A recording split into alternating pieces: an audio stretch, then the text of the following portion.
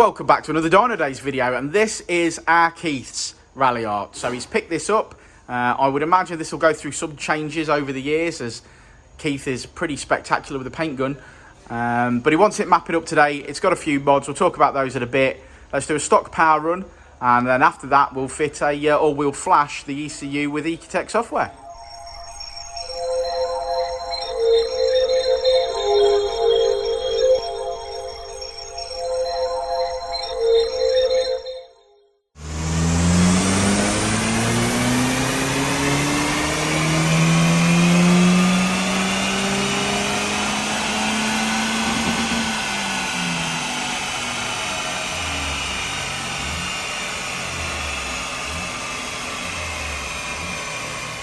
So as you can see, a Mitsubishi Colt Ralliart on the dyno. It's done a stock power run. It's got a few little mods. It's got a Turbo Smart reset valve, a Scorpion catback with an additional box to keep it quiet. And it's got an induction kit. So we've just completed flashing what we call our base file on there. So it's our starting point for tuning. That gives us the ability to data log. It's basically opening the ECU up so that we can tune it. So now what we'll do is we'll do a power run to make sure that everything's where it needs to be, and then we'll start dialing in the fuel in and things like that. So here we go. So sort of a homebrew induction kit here. We've got your Turbo Smart reset valve, still on a stock manifold. And it's got it's got a Scorpion catback. Now we flashed the stock ECU. So no need to exchange ECUs or anything like that, or put an aftermarket ECU. It's just software, goes straight onto the stock ECU, which if you didn't know is situated just there. And that gives us the ability, like I said, to data log. So now we're going to do our run and then start tuning.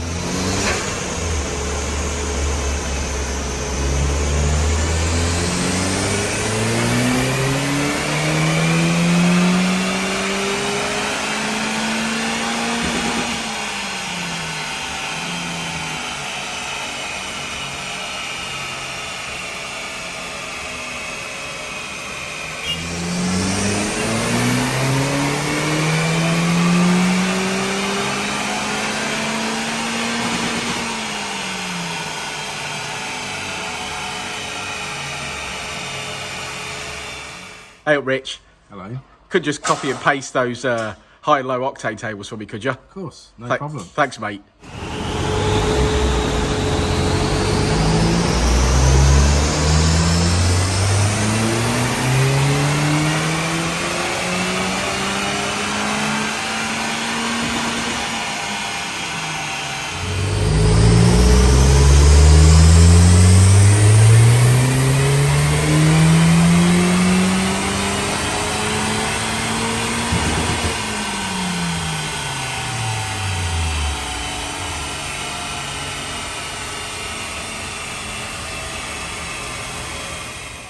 I can actually see some sunshine. There you go, turn one. I think the summer's here. Nah, it'll be gone tomorrow. Yeah. Be back to rain again. That's why I bought rain sport tyres. Yeah. Mitsubishi Colt.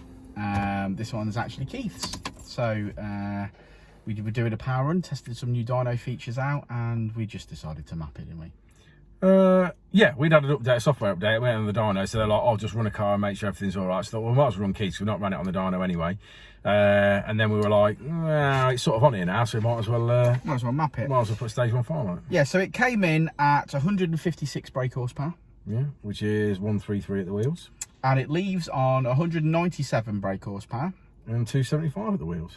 175 at the wheels. Sorry, 175 at the wheels, beg your pardon. It'd be nice. 275 it would, it'd be a quick Colt, that. Yeah. Yeah, 217 foot-pound of torque. I'll show you the graph in a minute, but yeah, it's bags of power right across the rev range, as we expect them. Yeah, these are always really good on a stage 1. Like we always say, these are the best value for money on a stage 1. Fit and exhaust, bit of an induction kit, total stage 1 map. Yeah, it's not even got massive amounts of mods on it, has it? It's got a bit of a homebrew filter, a Turbo Smart reset valve, and what's it got? Scorpion resonated. It's got a Scorpion resonated catback with the second D cat. So it's got one cat out. It's got one in still. Yeah, so I think that's really good gains. I'm really happy with that. I mean, we always say sort of stage 1 is 200 brake and 225 foot-pounds, and we're pretty much bang on that. But as the owner, Keith says, go from 133 wheel horsepower to 175 wheel horsepower. Yeah, big jump. That's a big jump. Yeah. So he'll be racing 52 wheel horsepower. He'll be racing Jeno on the way home, won't he? Well, I won't at the moment because Jensen's had a little turbo failure, but his new turbo has arrived. So I think there'll probably be some... like you have a bum fight in America, it's going to be an employee fight. Yeah. But it's just going to be a race instead. Yeah, and then obviously the winner takes on you. Better bring something real good then. Well, what are you going to be? And you got a choice. I don't know.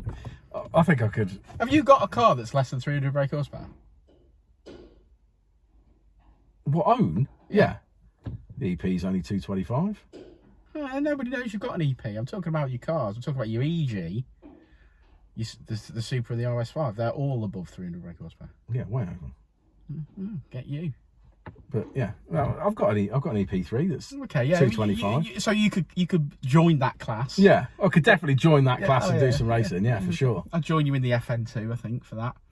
I'll stop emailing. Well, maybe that's what we'll have to do then. We'll have to have a company track day, a company track day, or a company race. Oh yeah. I won't be texting whilst I'm on the track. Yeah, or emailing. That'll give me an advantage. Yeah, or no, I won't be sending emails whilst I'm driving. Yeah, I can barely drive and send an email, let alone race and send an email. Yeah, awesome. Right, that sounds like a good idea. Let's have a look at the graph. A Dynodaze track day. Comment below if you fancy joining us on a dedicated Dynodaze track day at somewhere like Mallory Park. I think that'd be a great day out. Limit the class to early 200s. Yeah. That'll be all right. Well, then Matty can't come. We'd have to let him come and play. Yeah, but he's not part of the fun then. His lap time don't count.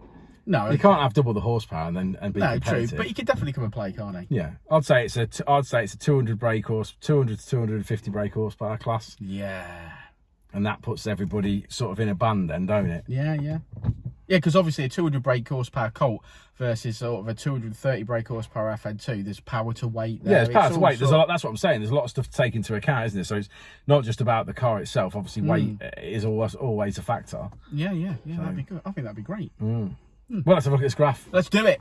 Okay, so here is said graph, and as you can see, red line is as she came in, blue line is as she leaves. Loads of power, massive increase across the range there. That's going to feel like another car. That's going to be amazing. Keith's going to love that.